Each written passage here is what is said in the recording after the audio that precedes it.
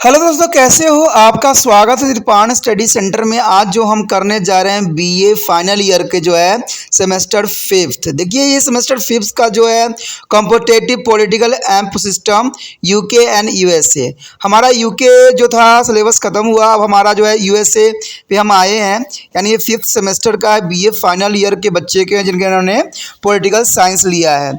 आज जो हम करेंगे फर्स्ट चैप्टर करेंगे ठीक है। ये हमारा यूनाइटेड किंगडम ऑफ अमेरिका के विषय में होगा। अमेरिका के संविधान का निर्माण, making of the American constitution, जो कि बहुत काफ़ी इंपॉर्टेंट चैप्टर है। इसमें हम अमेरिका के संविधान के विषय में जानेंगे कि वहाँ पर किस प्रकार के रूल रेगुलेशन अपनाए जाते हैं और अपने जो है अर्थव्यवस्था को कैसे मजबूत करते हैं, और इसमें जो है पॉलिटिकल पार्टी की अपनी क्या विशेषता होती है। लेकिन ये सब करेंगे तब करेंगे जब हम चैप्टर स्टार्ट करेंगे। लेकिन चैप्टर स्टार्ट करने से पहले एक बात जो मैं हमेशा कहता हूँ, जिसको आपको सोचना भी चाहिए, विचार भी करना चाहिए और अमल भी करना चाहिए, वो ये है कि जब भी वीडियो देखिए पूरा देखिए, क्योंकि अधूरा जानकारी सदैव खतरनाक होता है। साथ में एक इंपॉर्टेंट बात ये भी रहता है, अगर आप पहली बार वीडियो देख रहे हो तो लाइक शेयर सब्सक्राइब करना मत भूलना। क्योंकि दोस्तों लाइक कीजिएगा तो बनाने वाले का मनोबल बढ़ता है, सब्सक्राइब कीजिएगा तो इससे ये होता है कि जब भी मैं कोई वीडियो डालूंगा उसका नोटिफिकेशन आपको समय रहते मिल जाएगा। और देखिए, शेयर का मतलब ये होता है कि आपके थ्रू न जाने किन बच्चों को हेल्प मिल जाए, ये आप भी नहीं जानोगे। इसलिए जो है आप शेयर जरूर करो, ठीक है। व्हाट्सएप स्टेटस पे भी लगाओ। दोस्तों एनएसएस सेंटर जो कई मानने में बहुत से बच्चों के लिए हेल्पफुल है, चाहे वो 8th क्लास हो, 9th 10th 11th 12th हो, चाहे वो एनआईएस बोर्ड के बच्चे हों, ठीक है, चाहे बीए एमए के बच्चे हो, सभी क्लासों के लिए कुछ ना कुछ जो है त्रिपाण सेंटर में उपलब्ध है। तो इसलिए आपके लिए जरूरी है कि आप सब्सक्राइब करके इसको चैनल को जो है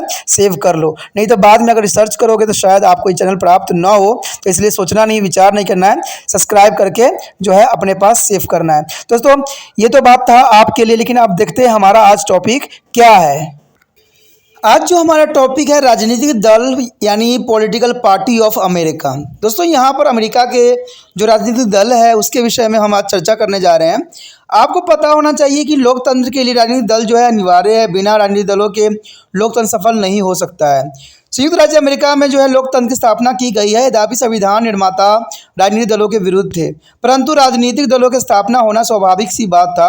अमेरिका में आज राजनीतिक दलों का बहुत महत्व है और इस समय अमेरिका में दो जो है दलीय प्रणाली है, और इस पर मुख्य जो है राजनीतिक दलों के नाम जो है डेमोक्रेटिक दल और रिपब्लिकन दल, यानी दो पार्टी का जो है काफ़ी बोलबाला है, ठीक है, डेमोक्रेटिक्स और रिपब्लिकन दल। तो ये बात बहुत इंपॉर्टेंट रखता है। बात करें संयुक्त राज्य अमेरिका के संविधान के निर्माता राजनीतिक पार्टियों के अस्तित्व के विरोध थे। वो कभी भी नहीं चाहते थे कि यहाँ पर जो है राजनीतिक पार्टी के अस्तित्व रहे, तथा राष्ट्र की राजनीतिक रचना बनाते हुए उन्होंने इस बात का विशेष ध्यान भी रखा कि राष्ट्रपति तथा दूसरे उच्च पदों का संगठन इस प्रकार किया जाए जिसमें राजनीतिक पार्टियों की आवश्यकता का अनुभव हो। राजनीतिक पार्टियों के प्रभाव को रोकने के लिए ही संविधान में जो है राष्ट्रपति के प्रक्षेप चुनाव का प्रबंधन भी किया गया था। संयुक्त राज्य अमेरिका के स्वतंत्र संग्राम के नेता, फिलाडेल्फिया सम्मेलन के प्रधान तथा राष्ट्र के पहले राष्ट्रपति वाशिंगटन व्यक्तिगत रूप से राजनीतिक पार्टी के विरोधी थे, क्योंकि उनका मानना था कि राजनीतिक पार्टी होना नहीं चाहिए। आपको पता ही है कि फिलाडेल्फिया सम्मेलन में ही संविधान लागू किया गया था। उन्होंने कई बार ये बात कहा भी था कि मैं सारी जनता का हूँ, जनता के एक भाग का नहीं, यानी मैं सारे जनता का हूँ। और ये बात सच्चाई भी है। कोई भी मंत्री जो होता है वो व्यक्तिगत नहीं होता है, वो सार्वजनिक हो जाता है, यानी प्रत्येक नागरिक का वो प्रतिनिधि बन जाता है। वाशिंगटन ने अपने मंत्रिमंडल के विभिन्न विचारों के व्यक्तित्व को सम्मेलन को राजनीतिक गुटबंधनों से ऊपर उठाने का सदैव ही प्रयास किया, परंतु वाशिंगटन ने अपने जो है राष्ट्रपति पद के 8 वर्ष के समय में ही राजनीतिक पार्टी के संगठित होते देख लिया था। इस प्रथा का आरंभ करने के लिए वाशिंगटन के दो पुराने सहयोगी हेल्मस्टन और जेफरसन उत्तरदायी थे, यानी उन्हीं के कारण जो है राजनीतिक पार्टी का उदय भी हुआ। और ये देख जो है वाशिंगटन ने अपने कार्यकाल की समाप्ति पर जनता को चेतावनी देते हुए भी कहा कि साधारणतः विचार किया जाता है कि स्वतंत्र राष्ट्र में राजनीतिक पार्टी राज्य प्रबंधन में पाबंदी का कार्य भी करती है तो स्वतंत्रता की भावना को बनाए भी रखती है। यह बात किसी सीमा तक जो सत्य भी है तथा एकात्मक सरकार की पार्टी की भावना को सहन कर लिया जाता है, परंतु लोकतांत्रिक सरकारों ने जो चुनाव के द्वारा स्थापित होती है पार्टी की भावना उत्साह नहीं देना चाहती है। परंतु संयुक्त राज्य अमेरिका की जनता को राष्ट्रीय वाशिंगटन की चेतावनी की कोई परवाह न की तथा राजनीतिक पार्टी के संगठन की ओर बढ़ चढ़कर जो है पार्टिसिपेट किया गया। यदि बात करें संयुक्त राज्य अमेरिका में द्विपार्टी प्रणाली का विकास तो कैसे हुआ, यानी development of two party system in USA. देखिए, पार्टी का होना किसी भी राज्य के लिए कोई बुराई नहीं होता, लेकिन पार्टी का कर्तव्य जो होता है जनता की भलाई के लिए होना चाहिए। कहते हैं द्विपार्टी प्रणाली संयुक्त राज्य अमेरिका की जनता ने इंग्लैंड से राजनीतिक विरासत में प्राप्त किया था। ये कई बार अमेरिका में छोटे छोटे राजनीतिक पार्टी का संगठन भी किया गया, परंतु राष्ट्रीय स्तर पर केवल दो राजनीतिक पार्टी रिपब्लिकन तथा डेमोक्रेटिक पार्टी की ही उभर सकी। इन दो पार्टियों के जो है आंतरिक पार्टी राष्ट्रपति पद के लिए हुए, लेकिन अनेकों चुनाव में स्थानीय स्तर पर जो है राजनीतिक पार्टी का द्वारा तीसरा उम्मीदवार भी खड़ा किया गया, परंतु अमेरिकन राजनीतिक इतिहास में ऐसे उम्मीदवारों को कभी भी कोई विशेष सफलता प्राप्त नहीं हो सका। अमेरिका में स्वतंत्रता से पूर्व भी कहते हैं द्विसदनीय जो थी वहां पर बनाई गई थी, यानी बात किया जाए यहाँ पर द्विपार्टी प्रणाली की तो काफी पहले से ही प्रचलित थी। एक पार्टी ने अपने रूढ़िवादी विचारों के कारण बरतानिया को स्वामी भक्त पार्टी थी तथा दूसरा जो है बरतानिया से स्वतंत्र प्राप्त करने के इच्छुक लोगों की थी। यानी स्वतंत्रता के पश्चात एक पार्टी संघ सरकार की स्थापना के समर्थन में थी तथा दूसरे सदस्यों को जो है संघवादी में कहे जाने लगा। दूसरी पार्टी संघ सरकार की स्थापना का विरोध करती थी, इसलिए इसको सदस्यों को एंटी जो है एंटी फेडरलिस्ट कहा जाता था उस समय। संघ का पक्ष पुण्य रूप करने वाली पार्टी का रिपब्लिकन पार्टी तथा संघ का विरोध करने वाले पार्टी को डेमोक्रेटिक पार्टी के नाम से प्रचलित हुआ। यानी दो पार्टी शुरू से ही अपनी बोलबाला स्टार्ट कर दिया था। ये दोनों पार्टी इन नामों के जो है नीचे आज तक राजनीतिक क्षेत्र में संलग्न है। अमेरिका में द्विपार्टी प्रणाली के संगठन निम्नलिखित कारणों से हुई। अब यहाँ पर हम कारण जानेंगे कौन कौन से कारण थे जिसकी वजह से जो है द्विपार्टी प्रणाली की जो है यहाँ पर स्थापना हो सकी। तो पहली बात तो यहाँ पर यह आती है कि सरकार बदलना सुगम है, यानी द्विपार्टी प्रणाली में सरकार को बदलना सुगम रहता है। जो पार्टी जनता के सहयोग से राष्ट्रपति पद को प्राप्त करती है वह राष्ट्रपति के द्वारा अपने जो है मनोरथ में जनता के साथ किए गए वादों को पूर्ति के लिए कार्य करती है। जनता जब तक पार्टी की जो है नीतियों को एकमात्र नहीं होती या किसी विशेष पार्टी के द्वारा अपनाई गई नीति के कारण अमेरिकन जनता को राष्ट्रीय और अंतर्राष्ट्रीय स्तर पर कोई हानि पहुंचाती है, तो राष्ट्रपति पद के लिए होने वाली जो है अगले चुनाव में लोग सरकार की भागदौड़ एक पार्टी से छीनकर दूसरे पार्टी का अधिकार दे देती है। तो सरकार जो बदलना सुगम हो जाती है। अगर मान लीजिए एक पार्टी गलत कर रही है तो जो है वहाँ की जनता जो है पार्टी को 4 साल के बाद उसको बदल देगा, क्योंकि आपको पता है राष्ट्रपति चुनाव जो होती है 4 साल के ही होती है, लीप ईयर की रिगार्डिंग होती है। तो 4 साल तक ही वो अपना मनमानी कर सकता है, लेकिन 4 साल के बाद उसको हटाया जा सकता है। हटाने की प्रक्रिया महाभियोग भी है, लेकिन कहते हैं अभी तक इस महाभियोग का अधिक प्रयोग नहीं हुआ है। एक बार हुआ भी था तो उसको जो है कोई सफलता प्राप्त नहीं हुई थी। बात करें अगर हम दूसरी की द्विपार्टी प्रणाली अमेरिका के स्वतंत्रता के पूर्व की देन है, तो इसमें कोई बुराई नहीं है। दोनों राजनीतिक पार्टी अमेरिका को उसकी स्वतंत्रता से पूर्व की राजनीति की देन है, यानी स्वतंत्रता से पूर्व ही राजनीतिक दल वहां पर विद्यमान थे। स्वतंत्रता का पक्ष पुण्य करने वाले इंग्लैंड की दास्तां में रहने वाले जो है छरे दो बदलती राजनीतिक व्यवस्थाओं में बदलते हुए नामों के साथ प्रसिद्ध होते रहे। कहते हैं आरंभ से ही अमेरिकन जनता दो विरोधी विचारों में बटी रही। यह विरोधी स्वतंत्रता से पूर्व था और स्वतंत्रता के पश्चात चलता ही रहा। संविधान बनाने के जो है फिलाडेल्फिया में हुए सम्मेलन में भी बेग तथा संविधान के लागू होने के पश्चात डेमोक्रेटिक और रिपब्लिकन विचारधाराओं में अब तक जो है विराजमान है ही है, यानी अभी तक ये खत्म नहीं हुई है। बात करें अगर राष्ट्रपति चुनाव के लिए तीसरी पार्टी की आवश्यकता नहीं है यहाँ पर, तो इसमें कोई बुराई नहीं है। अमेरिका में होने वाले चुनावों में प्रमुख चुनाव राष्ट्रपति का चुनाव ही है, परंतु इस चुनाव में तीसरी पार्टी की आवश्यकता अनुभव नहीं की जा रही है। 2 उम्मीदवारों होने की अवस्था में एक उम्मीदवार स्पष्ट बहुमत प्राप्त करके चुना जाता है और 3 या अधिक उम्मीदवारों की अवस्था में किसी एक के लिए स्पष्ट बहुमत प्राप्त करना असंभव हो सकता है।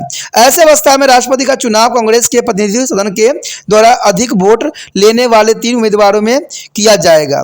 इस प्रबंधन द्वारा राष्ट्रपति चुनने की शक्ति जनता के द्वारा चुनाव मंडल के स्थान पर संसद के पास आ जाएगी, जो किसी भी मूल्य पर अमेरिकन जनता स्वीकार करने को तैयार नहीं है। देखिए 2 पार्टी होना बहुत ही जरूरी होता है। अगर तीसरा पार्टी होता है तो कहते हैं ना आजकल जैसे आप देखो तो भारत में जो है गठबंधन सरकार चल रही है, तो कहते हैं गठबंधन सरकार ना तो इसकी होती है ना उसकी होती है, तो ऐसे जो होगा रूल रेगुलेशन लागू हो जाएगा। लेकिन अमेरिका में 2 पार्टी होने की वजह से ये होता है किसी एक पार्टी की ही विजय होती है और वही पूरा सरकार चलाता है। लेकिन भारत में इतने सारे दल होने के कारण बहुत नुकसान है। यहाँ पर जो होता है किसी भी दल में जो होता है अपना तो शासन चलाने के लिए गठबंधन कर लेते हैं, लेकिन गठबंधन का सरकार सही से नहीं चलती है, क्योंकि कहते हैं ना, अगर दो व्यक्ति एक दूसरे पर आश्रित हो तो उसका सरकार चलाना संभव नहीं है, और सदैव ही इससे जो है नागरिकों को हानि उठानी पड़ती है। बात करें द्विपार्टी प्रणाली सफल रही है, तो ये बात कोई दो राय नहीं है। अमेरिका में द्विपार्टी प्रणाली सफल ही रही है। इसे न तो पार्टी फंड में पैसे का अभाव अनुभव हुआ है तथा नए नागरिकों को मनोवैज्ञानिक उलझनों में सामना करना पड़ा है। नई पार्टी का संगठन करके अमेरिकन नागरिक नई राजनीतिक तथा आर्थिक समस्या खड़ी करने को तैयार नहीं है। यानी बात बहुत इंपॉर्टेंट है कि कहते हैं ना, दो पार्टी होने से ये होता है किसी एक की ही विजय होती है और उसमें विचारधारा भी देखी जाती है। और अगर इंडिया की बात करें, भारत की बात करें, तो यहाँ बहुत दलीय है और सबका विचारधारा अलग अलग है। कोई किसी चीज़ के समर्थन में रहता है तो कोई किसी चीज़ के समर्थन में नहीं रहता। यहाँ पर इसीलिए जो है सांप्रदायिक दंगा आए दिन देखने को मिलता है। तो ये बहुत बड़ी विडंबना है कि जितने पार्टी होती है उतने विचारधारा होता है, और पार्टी का मकसद ये नहीं होता कि भारत का विकास करना है। पार्टी का अर्थ होता है कि यहाँ इंडिया में कि सिर्फ अपना कुर्सी कैसे बचाएं, इसका ही उनका सिर्फ प्रावधान होता है। यानी कुर्सी बचाने के लिए वो एड़ी चोरी के जो जोर लगा लेते हैं, इसके लिए जनता कहीं भी हो कुछ भी हो उनको फर्क नहीं पड़ता है, क्योंकि वो कभी कभी तो ऐसे जो है मौके का तलाश रखते हैं जहां पर लोगों की सहानुभूति मिल जाए, लेकिन उस पर कोई कानून और रेगुलेशन सही नहीं करते हैं। तो यही तो भारत की विडंबना है कि यहाँ इतना पार्टी होने की वजह से संघर्ष भी यहाँ बढ़ती चली जा रही है, और जो है राजनीतिक पार्टी जनता पर बिल्कुल ही ध्यान देने के लिए तैयार नहीं है। सिर्फ वो अपने कुर्सी बचाने में लगे रहते हैं। इसके लिए वो कुछ भी बोल दे, कुछ भी कह दे, इससे उनको कोई फर्क नहीं पड़ने वाला है। यदि बात करें राजनीतिक पार्टी की संक्षिप्त इतिहास की, तो इसमें कोई दो राय नहीं कि संयुक्त राज्य अमेरिका में स्वतंत्र संग्राम के दिनों में राजनीतिक पार्टी अस्तित्व में आ चुकी थी। ब्रिटिश सरकार ने संयुक्त राज्य की गई भिन्न भिन्न रियायतों को गवर्नरों के साथ देने वाले रूढ़िवादियों को टोरी कहा जाता था। स्वतंत्रता प्राप्ति के इच्छुक को जो है साधारणतः हिग्स का नाम दिया गया था। ये टोरी और हिग्स आजकल के ब्रिटिश राजनीतिक पार्टियों में जो है कंजर्वेटिव्स तथा रिवॉल्वर्स पार्टी के जो है प्राचीन नाम है। इसलिए यह कहा जाता है कि अमेरिकन के निवासियों ने जो है राजनीतिक पार्टियों की प्रथा बर्तानिया से विरासत से प्राप्त की थी। बर्तानिया से उनको ये प्राप्त हुआ था, और कहते हैं 1776 की स्वतंत्रता की घोषणा से टोरी पार्टी की लगभग अंत का सामना करना पड़ा, लेकिन हिग पार्टी जो है लोकप्रिय बन गई उस समय। और 1776 में जो फिलाडेल्फिया सम्मेलन में आरंभ होने से यह पार्टी जो है फेडरलिस्ट पार्टी के नाम से राजनीतिक क्षेत्र में संलग्न हो गई। यह पार्टी संघ की स्थापना के इच्छुक थी तथा राज्य सरकार को अधिक अधिकार देने के पक्ष में थी। इसका नेता जो है हेमिल्टन था तथा वह राज्य सरकारों के जो है अधिकार देकर शक्तिहीन केंद्र की स्थापना का इच्छुक था। दूसरी ओर अमेरिका की एकता के इच्छुक नेता केंद्र को अधिक से अधिक शक्ति देने के पक्ष में थे। इसको एंटी फेडरलिस्ट का नाम दिया गया। इस संघ में जो है फेडरलिस्ट पार्टी की जीत हुई तथा कहते हैं 1789 में संघीय संविधान को सभी राज्यों के द्वारा स्वीकृति प्राप्त मिल गई। वह जिसमें कहते हैं फिलाडेल्फिया सम्मेलन की प्रधानता की एक पार्टी के नेता के स्थान पर समूचे अमेरिका जनता का नेता कहलाने के इच्छुक था। राजनीतिक पार्टी के संगठन का विरोधी करता था, इसलिए उसकी राष्ट्रपति पद के दिनों में चल रही पार्टी बाजी के भावना दबी रही। परंतु इसके बाद राष्ट्र राजनीति द्विपार्टी प्रणाली में बट गई। इन पार्टियों में एंटी फेडरलिस्ट पार्टी जो थी डेमोक्रेटिक पार्टी बन गई, और फेडरलिस्ट पार्टी जो थी वो रिपब्लिकन पार्टी के नाम से प्रसिद्ध हो गई। यानी एंटी फेडरलिज्म जो दोस्तों था वो डेमोक्रेटिक पार्टी बन गई, और फेडरलिस्ट पार्टी जो थी, देखिए एंटी फेडरलिस्ट जो थी वो डेमोक्रेटिक पार्टी में कन्वर्ट हो गई, और जो फेडरलिस्ट पार्टी थी वो पार्टी रिपब्लिकन पार्टी के नाम से प्रसिद्ध हुई। और 18वीं शताब्दी तक दोनों जो है राजनीतिक पार्टियों एक दूसरे से भिन्न हो चुकी थी तथा राजनीतिक शक्ति का दिखावा कर रही थी। इन पार्टियों को जो है कुछ इस प्रकार से आप जान सकते हो कि इस पार्टी की क्या विशेषता है, जैसे कि मैं बताना चाहता हूं अभी। पहला पार्टी जो आपको पता ही है कि ये पार्टी डेमोक्रेटिक पार्टी के नाम से जाना गया। डेमोक्रेटिक पार्टी का मतलब था एंटी फेडरलिज्म पार्टी जो थी वो डेमोक्रेटिक पार्टी में कन्वर्ट हो गई। यानी दो तरह की पार्टी थी, एक एंटी फेडरल पार्टी, एक थी फेडरलिस्ट पार्टी। यानी फेडरलिस्ट पार्टी रिपब्लिक पार्टी में कन्वर्ट हुआ। अब हमारा सबसे पहले का डेमोक्रेटिक पार्टी है, तो इसमें संयुक्त राज्य अमेरिका के डेमोक्रेटिक पार्टी का जन्म वाशिंगटन के राष्ट्रपति कॉल में जेफरसन के नेतृत्व में हुआ। यानी इसके जो है कहते हैं, अगर इसको जन्मदाता कहा जाए तो उसमें कोई बुराई नहीं होगा। जेफरसन थे, जेफरसन राष्ट्रपति काल में जेफरसन के नेतृत्व में ये पार्टी का जो है उदय हुआ और यह पार्टी का नाम अपना चुकी थी, यानी पार्टी का नाम इनको मिल चुका था। कहते हैं फिलाडेल्फिया सम्मेलन के दिनों में इसे एंटी फेडरलिस्ट पार्टी कहा जाता था। यानी एंटी फेडरलिस्ट पार्टी के नाम से ये विख्यात थी और 18वीं शताब्दी में इसका नाम जो है रिपब्लिक पार्टी रख दिया गया। यानी इसको जो है फेडरलिस्ट पार्टी का जो नाम है रिपब्लिक पार्टी के नाम रख दिया और 1824 ईस्वी में डेमोक्रेटिक रिपब्लिक पार्टी कहलाने जाने लग गया। कहते हैं 1828 में से डेमोक्रेटिक नाम धारण किया तथा इस नाम से आज तक प्रचलित है। दोस्तों यहाँ पर आपको कन्फ्यूजन ये होगा कि इसको जो है पहले डेमोक्रेटिक रिपब्लिक पार्टी कहा जाता था। देखिए ये पार्टी जो है फेडरलिस्ट से ही निकली है, यानी फेडरलिस्ट जो थी वो पार्टी रिपब्लिक पार्टी ही थी, लेकिन पहले के समय में इसको एंटी रिपब्लिक पार्टी कहा जाता था। यानी कह सकते हो कि इसको डेमोक्रेटिक रिपब्लिक पार्टी कहा जाता था। ठीक है, यानी आज जो है इसको डेमोक्रेटिक पार्टी के नाम से विख्यात है, लेकिन कहते हैं पहले जो 1824 में इसको डेमोक्रेटिक रिपब्लिक पार्टी कहा जाता था, क्योंकि ये एक ही पार्टी से ही दो पार्टी में कन्वर्ट हो गया था। ये बात आपको समझने के लिए जरूरी है कि इस पार्टी का जो पहले नाम था वो एक ही था, लेकिन बाद में इसका जो है दो नामों से ये विख्यात हो गया। तो उसमें जो है डेमोक्रेटिक रिपब्लिक पार्टी के नाम से भी विख्यात था, लेकिन 1828 ईस्वी में से डेमोक्रेटिक नाम दे दिया गया, यानी रिपब्लिकेशन हटा दिया गया, क्योंकि पहले कंफ्यूजन था। उसके बाद इसमें डायरेक्टली इसको डेमोक्रेटिक नाम के धारण किया गया और आज इसी नाम से यह प्रचलित है। आरंभ में पार्टी संघ के विरोधी था, यानी हमेशा विरोध करता था तथा उद्योगपति तथा व्यापारियों के जो है स्थान पर किसानों तथा जो प्लांटर्स हितों की रक्षा करने की इच्छुक थी। राष्ट्रपति वाशिंगटन के कार्यकाल में जेफरसन ने वाशिंगटन के विरोध के होते हुए भी इस पार्टी को पक्के पांवों पर खड़े करने के प्रयत्न करता रहा और 1800 ईस्वी में चुनाव में जेफरसन राष्ट्रपति चुना गया और इस पार्टी के प्रथम बार राजनीतिक शक्ति भी प्राप्त कर ली। परंतु जेफरसन के पश्चात इस पार्टी का पतन हो गया और 1824 से 1828 के समय को छोड़कर कहते हैं 1840 तक शासन की बॉर्डर दूसरी पार्टी के हाथों में चली गई।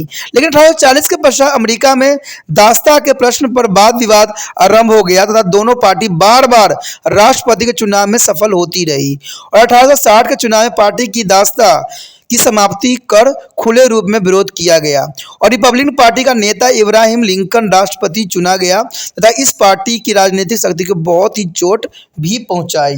तो ये काफी इंपॉर्टेंट यहाँ पर बात थी कि काफी इसको चोट का घात होना सहना पड़ा।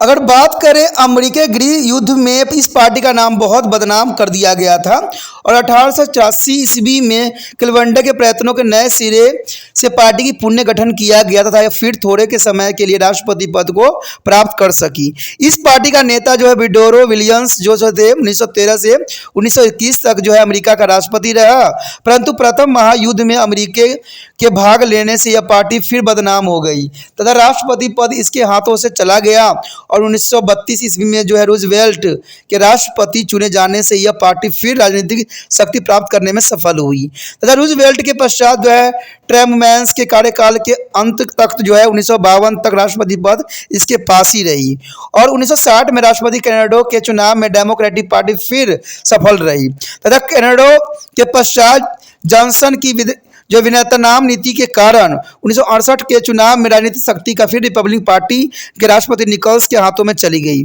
और कल 1976 में डेमोक्रेटिक पार्टी के उम्मीदवार जिम कॉर्बेट राष्ट्रपति बने, परंतु जो है 1980 में उन्हें हार का सामना करना पड़ा और 1984 के राष्ट्रपति पद के चुनाव में इस पार्टी के उम्मीदवार बुरी तरह से पराजित हुआ। फिर 1992 इस पार्टी के उम्मीदवार बिल क्लिंटन के रिपब्लिकन पार्टी के उम्मीदवार जॉर्ज बुश को हरा दिया और 1996 में इस पार्टी के जो है उम्मीदवार बिल क्लिंटन के रिपब्लिकन जो है बॉब डॉल को पराजित किया और पुण्य 4 वर्ष के लिए राष्ट्रपति निर्वाचित हुए।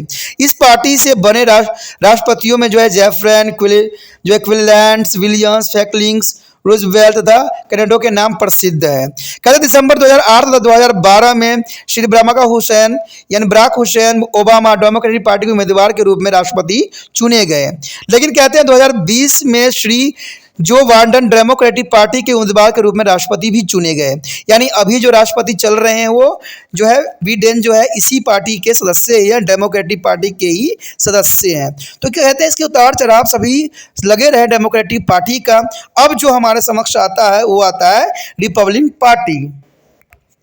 यदि रिपब्लिकन पार्टी की हम बात करें तो कहते हैं रिपब्लिकन पार्टी जो थी पहले एक ही थी, लेकिन उसके बाद ये डिवाइड हो गई डेमोक्रेटिक पार्टी में और रिपब्लिकन पार्टी में। रिपब्लिकन पार्टी जो है बहुत पुरानी है। रिपब्लिकन पार्टी संयुक्त राज्य अमेरिका की प्रमुख राजनीतिक पार्टी में से मानी जाती है और डेमोक्रेटिक पार्टी की तुलना में शासन की भागदौड़ अधिकतर इसी पार्टी के हाथों में रही है। डेमोक्रेटिक पार्टी की तरह इस पार्टी ने भी अनेक नाम अपनाए हैं। फिलाडेल्फिया सम्मेलन में दिनों में से जो है फेडरलिस्ट कहा जाता था, यानी फेडरलिस्ट इसका नाम से पहले प्रसिद्ध था। और इस पार्टी के स्थापक जो थे हेलमिंस्टन ने आरंभ में इस पार्टी को प्रभावशाली ढंग से संगठित भी किया था। राष्ट्रपति जैक्सन की विरोधी पार्टी के रूप में इस पार्टी का नाम नेशनल रिपब्लिकन पार्टी रख दिया गया और 1854 में इस पार्टी ने अपने वर्तमान नाम को अपनाया। यानी 1812 के पश्चात कई त्रुटियों के कारण यह पार्टी बदनाम हो गई तथा 1820 ईस्वी में समाप्त भी जाने लग पड़ा था, क्योंकि इसे वर्ष होने वाले राष्ट्रपति के चुनाव के लिए यह पार्टी अपना कोई उम्मीदवार खड़ा न कर सकी। और 1840 के पश्चात इस पार्टी ने फिर राजनीतिक शक्ति प्राप्त करना आरंभ कर दी तथा दासता की प्रथा के किस जो है समर्थक पार्टी के रूप में यह बहुत काफी प्रसिद्ध हो गई। कहते हैं अगर देखा जाए 1860 ईस्वी में लिंकन के राष्ट्रपति चुने जाने तथा इसके पश्चात गृह युद्ध में सफलता प्राप्त करने से राजनीतिक क्षेत्र में इस पार्टी के जो है पांव बहुत दृढ़ हो गए और 1860 से 1812 तक राष्ट्रपति क्विनलैंड के जो है 8 वर्ष के कार्यकाल को छोड़कर राष्ट्रपति पद की भागदौड़ इस पार्टी के पास ही रही। इस पार्टी ने 1921 से लेकर 1929 तथा इसके पश्चात 1953 से 60 तक शासन की भागदौड़ संभाल ली और कहते हैं 1968 के चुनाव में जो सफलता प्राप्त करके जो है 20 जनवरी जो 1969 में यानी 1969 से ये पार्टी फिर शासन संभालने में सफल रही। और कहते हैं 1980 से लेकर 1984 में इस पार्टी की उम्मीदवार रोनाल्ड रीगन ने महान सफलता मिली और 1988 से इस दल के उम्मीदवार जॉर्ज बुश विजय रहे और दिसंबर 2004 में जॉर्ज बुश के पुत्र रिपब्लिकन पार्टी के उम्मीदवार जॉर्ज वकार बुश को जो है पुनः राष्ट्रपति निर्वाचित भी हुए थे। उन्होंने डेमोक्रेटिक पार्टी के उम्मीदवार जॉन कैरी को हराया। लिंकन, विडोर, रूजवेल्ट तथा जनरल जो है हाइडेनवर्थ इस पार्टी के प्रसिद्ध राष्ट्रपति बने और 2016 में इस पार्टी के उम्मीदवार श्री डोनाल्ड ट्रंप राष्ट्रपति चुने गए, जो फिलहाल चले थे। अब उसके बाद जो है 2020 में चुनाव में जो है अब जो है बाइडेन के हाथ में आ गया है शासन। यदि बात करें जो है राजनीतिक पार्टी कार्यक्रम का तो वो भी बहुत इंपॉर्टेंट रहेगा आपके लिए। इसमें देखा जाए तो डेमोक्रेटिक और रिपब्लिकन पार्टी दोनों दलों में कोई महत्वपूर्ण सैद्धांतिक मतभेद नहीं है। दोनों ही दल जो है प्रजातंत्र एवं प्रतिनिधि शासन के बारे में एक मत है। दोनों का ही देश प्रेम में विश्वास है। दोनों ही दल देश की प्रगति तथा समृद्धि को बढ़ाने में प्रयत्नशील रहे हैं। दोनों ही दलों में जो है विभिन्न वर्गों के विचारों के लोग रहते हैं। इसमें जैडन के शब्दों में यहाँ ये बात कहा गया था कि जहाँ तक सिद्धांतों का संबंध है रिपब्लिक और डेमोक्रेटिक दलों में कोई मतभेद नहीं है। समय समय पर दोनों दलों में कुछ महत्वपूर्ण प्रश्नों पर मतभेद रहता है, जो कि होना भी चाहिए। कहते संयुक्त राज्य अमेरिका के जो है डेमोक्रेटिक पार्टी अमेरिका की सुरक्षा करे जो है प्रयत्नों करने से पक्ष में है तथा दूसरे राष्ट्र के घरेलू कार्य में हस्तक्षेप करने के विरोधी करती है। यह संयुक्त राष्ट्र की यानी यूनाइटेड नेशन को और सबल बनाने तथा अंतर्राष्ट्रीय न्यायालय के निर्णय में सम्मान करने में विश्वास रखती है। अंतर्राष्ट्रीय झगड़ों को जो है पंच निर्णय के द्वारा हल करने का भी समर्थन करती है तथा अमेरिका की आंतरिक नीति में श्रमिक के अधिकारों तथा बुढ़ापे और सामाजिक सुरक्षा के लिए बीमा के पक्ष में ये सदैव रहती है। देखा जाए तो रिपब्लिकन पार्टी का जो है मनोरथ शक्तियों की ओर केंद्रित करना तथा करों में वृद्धि करना और सरकारी व्यय में बचत करना, यह पार्टी संयुक्त राज्य में विश्वास रखती है तथा संयुक्त जो है तथा युद्धों को रोकने के लिए जाने वाली सामूहिक सुरक्षा की कार्यवाही का समर्थन भी ये करती है। कहते हैं कि यह जो है मित्र राष्ट्रों के आर्थिक तथा सैनिक सहायता भी करना चाहती है ताकि वह देश को जो है कम्युनिस्ट आक्रमणों से बचा सके। यानी यही पार्टी समूचे जनता की स्वतंत्रता के पक्ष में तथा बस्तीवादी को समाप्त करने की इच्छुक है। 1980 में हुए राष्ट्रपति चुनाव के अवसर पर रिपब्लिकन पार्टी के उम्मीदवार रिगन्स ने इस बात पर जोर दिया कि अमेरिका के सामने प्रमुख चुनौती जो है सोवियत संघ की विश्वव्यापी महत्वाकांक्षाओं को रोकना है। इसके विचार से जो है राष्ट्रीय सुरक्षा की सबसे बड़ी गारंटी श्रेष्ठ सैनिक शक्ति है। घोषणा पक्ष में कहा गया कि अमेरिकी सहायता उन्हीं राष्ट्रों को मिलनी चाहिए जो अमेरिका के हित तथा उद्देश्य को साधे हैं। रिपब्लिकन जो है प्रशासन हिंद महासागर में स्थायी बड़ों की स्थापना के लिए वहां नौ तथा वायु सेना की भारी वृद्धि का प्रस्ताव भी कर रही है। यदि बात यहाँ पर करें पार्टी की संगठन की तो कहते हैं संयुक्त राज्य अमेरिका की दोनों राजनीतिक पार्टी की रचना तथा संगठन लगभग सामान्य ही है। दोनों पार्टी की शक्ति का केंद्र राष्ट्रीय स्तर के स्थान पर राज्य में पार्टियों की संगठन से है। देखिए बहुत इंपॉर्टेंट बात है यहाँ पर आया है, क्योंकि कोई भी पार्टी का यही होना चाहिए कि देश के लिए जो हो सके करने की कोशिश करना चाहिए, अपने हित के बारे में नहीं सोचना चाहिए। जैसे भारत में पार्टियों का जो होता है अपना निजी हित होता है, सार्वजनिक हित पे कोई विचार नहीं रखता है, सिर्फ अपने कहते हैं जिस पार्टी की बना हुआ है उसी चीज़ों पर लोग ध्यान देते हैं, लेकिन सार्वजनिक चीज़ों पर कोई ध्यान देने के लिए अग्रसर नहीं है, जो कि बहुत बड़ी विडंबना है। दोनों पार्टियों ने आज तक जो है सत्ता की प्राप्ति के लिए कठोर तथा दृढ़ नियम नहीं बनाए हैं। सदस्य न पार्टी को चंदा लेते हैं, न ही पार्टी को अनुशासन में रखने वाला पाबंदी भी है। पार्टी की निर्मित नीतियों को अपनाने के लिए सदस्यों को विवश भी नहीं किया जाता है और न ही पार्टी की नीति विरुद्ध करने वाले सदस्यों के विरुद्ध कोई कार्रवाई की जाती है। अब देखिए भारत में भी होता है कि पार्टी की सदस्यता लेने के लिए वो हर तरह के हथकंडे अपनाते हैं, कभी व्हाट्सएप पे कहते हैं तो कभी कुछ कहते हैं तो कभी कुछ कहते हैं। तो ये भारत की बहुत बड़ी विडंबना है कि लोगों को जबरदस्ती जो है अपने पार्टी में सम्मिलित करने के लिए जो है लोगों को उकसाते हैं। अरे कहते हैं सिंपल सी बात है कि जिसको इच्छा है, जिसका नीति अच्छा है, वही चीज़ों के लोग जो है प्रायोरिटी देते हैं। कोई व्यक्ति अगर लालच दे रहा है तो क्या इंसानों को समझ नहीं है कि हम बचपन में तो बच्चों को ये पढ़ाते हैं कि लालच बुरी बला है, और अब अपने आप ही खुद ही लालच में फंस जाते हैं। दोस्तों एक बात हमेशा याद रखना कि कहते हैं फ्री में संसार में कुछ भी नहीं मिलता है, सभी चीज़ों के लिए आपको मेहनत करना पड़ता है। कोई गवर्नमेंट ये कहती कि हमें हवा फ्री में मिलती है, पानी फ्री में मिलती है, तो आपको पता होना चाहिए कि हवा भी दूषित हो चुकी है और पानी भी पीने लायक नहीं रह गई है। जो चीज़ प्राकृतिक ने फ्री में हमें दिया है हमने उसका कदर कभी नहीं किया है। तो कोई भी चीज़ अगर आपको सरकार फ्री में देने की कोशिश कर रही है तो समझ जाइए कि उसका जो है तहस नहस हो जाता है, उसका कोई उपयोग नहीं होगा, ना ही कोई वो बचेगा। तो इसलिए कभी भी सरकार ऐसा लालच देती है कि हम पानी फ्री करेंगे, बिजली फ्री करेंगे, हम हवा में जो है अच्छे गुणवत्ता लाएंगे, तो समझ जाइए कि वो सरकार झूठी है। और ऐसे सरकार के पीछे कभी भी वोटिंग मत करना, क्योंकि लालच कभी भी अच्छी नहीं होती है। हम छोटे बच्चों को यही पढ़ाते हैं कि लालच बुरी बला है, लालच जो किया वो अपना ज़िंदगी को जो है बर्बाद कर दिया, अपने ज़िंदगी के साथ आने वाले जनरेशन को भी बर्बाद कर दिया।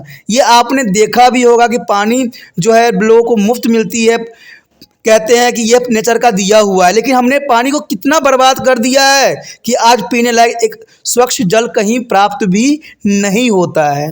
कहते हैं हम हवा को जो है प्रकृति का देन मानते थे, लेकिन हमने प्रकृति की देन को इतनी बुरी तरह से सत्यानाश किया है कि आज हम जो है खुली हवा में भी सांस लेने लायक नहीं रह गए हैं। तो इसका मतलब है कि कोई भी चीज़ दोस्तों फ्री का नहीं होती है, उसको कदर करना, उसका सम्मान करना ही हमारा कर्तव्य होना चाहिए, ठीक है। तभी ये वातावरण में जो है नेचर में बना रह सकता है। तो यही पार्टी का संगठन का सबसे बड़ा जो है अमेरिका में भी इसी बात पे लोग ध्यान देते हैं कि यहाँ पर सभी चीज़ों को जो है सही ढंग से व्यवस्थित किया जाए। तो यहाँ पार्टी जो है एक है और उनका सिर्फ विचारधारा है कि देश की तरक्की किस प्रकार किया जाए। लेकिन भारत में जो होता है पार्टियों की अपनी हित की तरक्की होती है, न कि देश की तरक्की होती है। कहते हैं इस प्रकार अमेरिकन पार्टी का संगठन ढीला है तथा उसमें ना तो सदस्य का नियंत्रण होता है, न किसी विशेष प्रबंधन होती है, न ही ऊपरी संगठनों के द्वारा निचले संगठनों का जो है नियंत्रण करने की कोई विधि है। इसका संगठन इस प्रकार किया गया है। अब देखते हैं अमेरिका में संगठन क्या किया गया है। तो पहला तो हमारा यही आता है स्थायी संगठन। कहते हैं राजनीतिक पार्टी का सबसे छोटा संगठन जो है प्रेसिडेंट यानी प्रेसिडेंट है, और इसके बाद कई बार जो चुनाव क्षेत्र भी कहा जाता है। एक चुनाव क्षेत्र में वोटरों की संख्या जो 10 से 500 तक होती है तथा संयुक्त राज्य अमेरिका में जो है 1,25,000 ऐसे चुनाव क्षेत्र हैं जो है जिनके प्रत्येक चुनाव क्षेत्र में पार्टी का एक जो है मुखी होती है, जिसके जो है अध्यक्ष कहा जाता है। इसका प्रमुख कार्य उस क्षेत्र के वोटरों के साथ निकट का संपर्क बनाए रखना होता है तथा उसके सेवा के लिए कार्य करना, और ताकि चुनाव में उस क्षेत्र में अधिक से अधिक वोट प्राप्त किया जा सके। तो ये भी अच्छी बात है। सेवा, देखिए राजनीतिक पार्टी का काम ही होता है कि जनता का सेवा करे, जितना हो सके अपनी तरफ से अच्छे रूल रेगुलेशन अपनाएं और जनता को किसी तरह के जो है प्रॉब्लम क्रिएट ना हो। लेकिन यहाँ की विडंबना ही अलग है। भारत में देखा जाए तो इसका उलट होती है। लोग जो है आम जनता बहुत परेशान रहती है और जो नेता लोग होते हैं वो आराम से बिस्तर पे आराम कर रही होती है।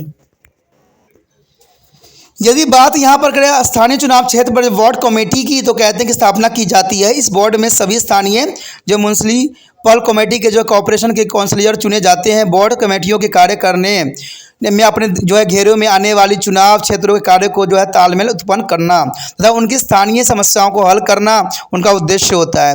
ये कमेटियां जो है म्युनिसिपल जो है कॉर्पोरेशन की नीति का निर्माण भी करते हैं और बोर्ड कमेटी पर भी सिटी कमेटी बनाई जाती है जो भिन्न भिन्न वार्डों की कमेटियों के कार्य में तालमेल उत्पन्न करती है तथा जो है कॉर्पोरेशन के अधिकारों के चुनाव के लिए अपने उम्मीदवार नामांकित भी करती है।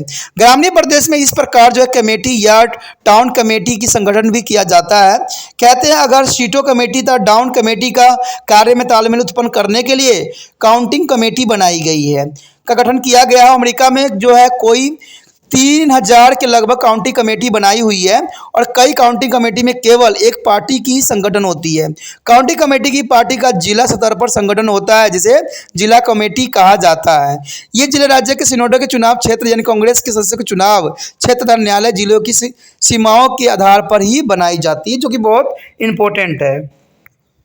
उसके पश्चात आता है state central committee. State central committee में राज्य के स्तर पर पार्टियों का जो है संगठन का सेंट्रल कमेटी का नाम दिया जाता है। यह कमेटी राज्य के सारे पार्टियों जो है संगठनों में तालमेल बनाए रखती है तथा नियंत्रण करती है। चुनाव में अपने उम्मीदवारों की सफलता के लिए चुनाव अभियान इसी कमेटी की देखरेख में चलाया जाता है और इस कमेटी सदस्यों की जो नियुक्ति भिन्न भिन्न राज्यों में भिन्न भिन्न ढंगों से की जाती है तथा अनेक सदस्यों की संख्या जो है राज्य में भिन्न भिन्न होती है तथा घटी बढ़ती रहती है। ये कमेटियां पार्टियों के दैनिक कार्य सुचारू रूप से चलाने के लिए कार्यकारिणी समिति की नियुक्ति भी करती है और इन कमेटियों के प्रधान जो है साधारणतः उस राज्य में जो है पार्टी की प्रसिद्धता नेता ही होते हैं, यानी काफ़ी प्रसिद्ध जो नेता होते हैं उस पार्टी के मुख्य सदस्य होते हैं। यदि बात करें यहाँ पर राष्ट्रीय कमेटी की, तो नेशनल कमेटी भी इम्पोर्टेंट होता है। संयुक्त राज्य अमेरिका की राजनीतिक पार्टी का जो है शिरोमणि संगठन पार्टी की जो है राष्ट्रीय कमेटी कहते हैं। इसकी तुलना सोवियत कमेटी कम्युनिस्ट पार्टी की केंद्रीय कमेटी से की जाती है, परंतु दोनों के कार्य में बहुत ही अंतर पाया गया है। डेमोक्रेटिक पार्टी की राष्ट्रीय कमेटी में हर राज्य में 2 सदस्य लिए जाते हैं जिनमें एक पुरुष तथा एक स्त्री होती है। रिपब्लिकन पार्टी की स्त्रियों के सदस्यों के लिए ऐसा कोई नियम नहीं बनाया गया है। राष्ट्रीय कमेटी के सदस्यों का चुनाव भिन्न भिन्न राज्यों में भिन्न भिन्न ढंग से की जाती है। कई राज्य में प्रतिनिधि इस राज्य के पार्टी का जो है सेंट्रल कमेटी से अनेकों में से एक मान्यता के लिए बुलाए गए सम्मेलन से कई राज्यों में पार्टी के भिन्न भिन्न जो है राज्यों के नियुक्त किए गए पार्टी चुनाव अभियान के अध्यक्ष भी सम्मिलित किए जाते हैं। कहते हैं राष्ट्रीय कमेटी की जो है शक्तियां बहुत विशाल थी, परंतु 1952 के पश्चात इसकी शक्ति में बहुत कमी आई है। कमेटी के प्रमुख के कार्यकारिणी से राष्ट्रपति के पद के लिए नामांकित किए गए उम्मीदवार की जो है सिफारिश पर पार्टी के राष्ट्रीय कमेटी के अध्यक्ष के रूप में भी कार्य करता है तथा राष्ट्रपति के चुनाव अभियान के मुखिया के रूप में भी कमेटी के दूसरे कार्य होते हैं। पार्टी के सम्मेलन के कार्यक्रम के लिए जो है योजनाएं तैयार करना और कमेटी के जो है पदाधिकारियों को चुनाव अथवा नियुक्ति भी करना आदि है। कहते हैं अगर पार्टी का उम्मीदवार राष्ट्रपति पद के लिए चुन लिया जाता है तो पार्टी के राष्ट्रीय कमेटी जो है राष्ट्रीय कमेटी में प्रत्येक राज्य के प्रतिनिधि अपने अपने राज्य के व्यक्तियों की सरकारी नौकरी दिलवाने में राष्ट्रपति की सहायता करते हैं। 1952 में रिपब्लिकन पार्टी के स्थायी सलाहकार समिति परमानेंट एडवाइजर ऑफ कमेटी की भी नियुक्ति की गई थी। इसमें सलाहकार कमेटी के अध्यक्ष पार्टी के सेनेटर, प्रतिनिधि सदन के जो है सदस्य, गवर्नर, राज्य में पार्टी की सेंट्रल कमेटी के अध्यक्ष तथा राष्ट्रीय कमेटी के जो है प्रसिद्ध सदस्य सम्मिलित होते हैं। कहते चुनाव अभियान की समिति तथा पार्टी की राष्ट्रीय सम्मेलन के अध्यक्षता एक जो है कार्यकारिणी कमेटी नियुक्त की जाती है जो अलग चुनाव अभियान आरंभ होने तक लगभग 3 वर्ष तक की पार्टी के प्रबंधन को चलाते हैं, जो कि बहुत काफ़ी इम्पोर्टेंट है। अगर यदि बात यहाँ पर हम करें चुनाव अभियान जो है कमेटियां का, तो इसमें ये कोई दो राय नहीं है। कहते हैं अमेरिकन जो है कांग्रेस के चुनाव पार्टियों के चुनाव अभियान के चलाने के लिए दोनों पार्टियों की 2 अभियान कमेटी की नियुक्ति करते हैं। एक कमेटी सीनेट के चुनाव का अभियान चलाती है तथा दूसरा जो है प्रतिनिधि सदन की यानी हाउस ऑफ रिप्रेजेंटेटिव के। तो ये दोनों इंपॉर्टेंट होते हैं। इन कमेटियों के प्रत्येक राज्य का कम से कम एक प्रतिनिधि आवश्यक सम्मिलित होते हैं और जिस राज्य से पार्टी कम से कम एक प्रतिनिधि सीनेट तथा प्रतिनिधि सदन के रूप में चुना जाता है। अभियान के लिए धन तथा कमेटी की पार्टी की राष्ट्रीय कमेटी से भी प्राप्त होती है और इन कमेटियों का उद्देश्य जो है चुनावों में अपनी पार्टी के सीनेट तथा प्रतिनिधि सदन के लिए अधिक से अधिक उम्मीदवारों को सफल बनाने के लिए प्रयत्न भी करती है। तो ये काफ़ी इंपॉर्टेंट टॉपिक हमारे समक्ष था जो मैंने भी बताया है। ठीक है, आगे का टॉपिक जो है अमेरिकन दल प्रणाली की विशेषता, तो वो हम अगले जो है वीडियो में करेंगे, जो कि बहुत काफ़ी इंपॉर्टेंट रहेगा, तो उसको देखना मत भूलना क्योंकि वो एग्जाम व्यू से भी बहुत काफ़ी इंपॉर्टेंट है। अमेरिकन दल प्रणाली की विशेषता यानी feature of American political party. ठीक है दोस्तों, इसी के साथ आपको पता ही है कि जितना हो सके इस जो है त्रिपाण सेंटर को शेयर करना है दूसरे बच्चों के साथ, जिससे दूसरे बच्चे भी इसका जो है फ़ायदा उठा सके। और आपको पता है अगर आप नए पहली बार आए हो, पहली बार वीडियो देख रहे हो, तो इस चैनल को सब्सक्राइब भी जरूर कर लेना। अगर सब्सक्राइब नहीं करोगे तो बाद में ये जो है चैनल आपको शायद न भी मिले, तो आप कई बातों से जो है अनभिज्ञ रह जाओगे। और जितना हो सके उन बच्चे तक भी इस वीडियो को पहुंचाने की कोशिश करना है जिनको इस वीडियो की ज़रूरत है। और ये जो है बीए फाइनल ईयर के बच्चों को जो है 5th सेमेस्टर वालों को जो है सही ज्ञान प्राप्त हो जाए। तो इसके लिए आपको कुछ भी नहीं करना है, सिर्फ इतना करना है कि यूट्यूब से जो है कॉपी करना है और व्हाट्सएप स्टेटस पे लगा देना है। मैं देखता हूँ कि कई बच्चे तो लगाते हैं और कई बच्चे जो है इग्नोर कर देते हैं। दोस्तों इग्नोर नहीं करना है। कहते हैं अगर आपके लिए मैं कर रहा हूँ तो आपका भी फ़र्ज़ है कि मेरे बात को मानना भी आपके लिए ज़रूरी है, क्योंकि कहते हैं एक हाथ से कभी ताली नहीं बजती है। ठीक है, अगर आप मेरे लिए अच्छा करोगे तो मैं भी आपके लिए अच्छा से अच्छा करने की कोशिश करूंगा, क्योंकि आपको फाइनल अभी सेमेस्टर बाकी है, यानी 6 सेमेस्टर बाकी है, तो उसमें भी मेरा वीडियो आपको मिलेगा और आप जो है इस वक्त जो है लाभान्वित होगे। तो सोचना नहीं है, विचार नहीं करना है, सिर्फ कार्य करना है जो जरूरी है, यानी यूट्यूब से कॉपी करना है, व्हाट्सएप स्टेटस पे लगा देना।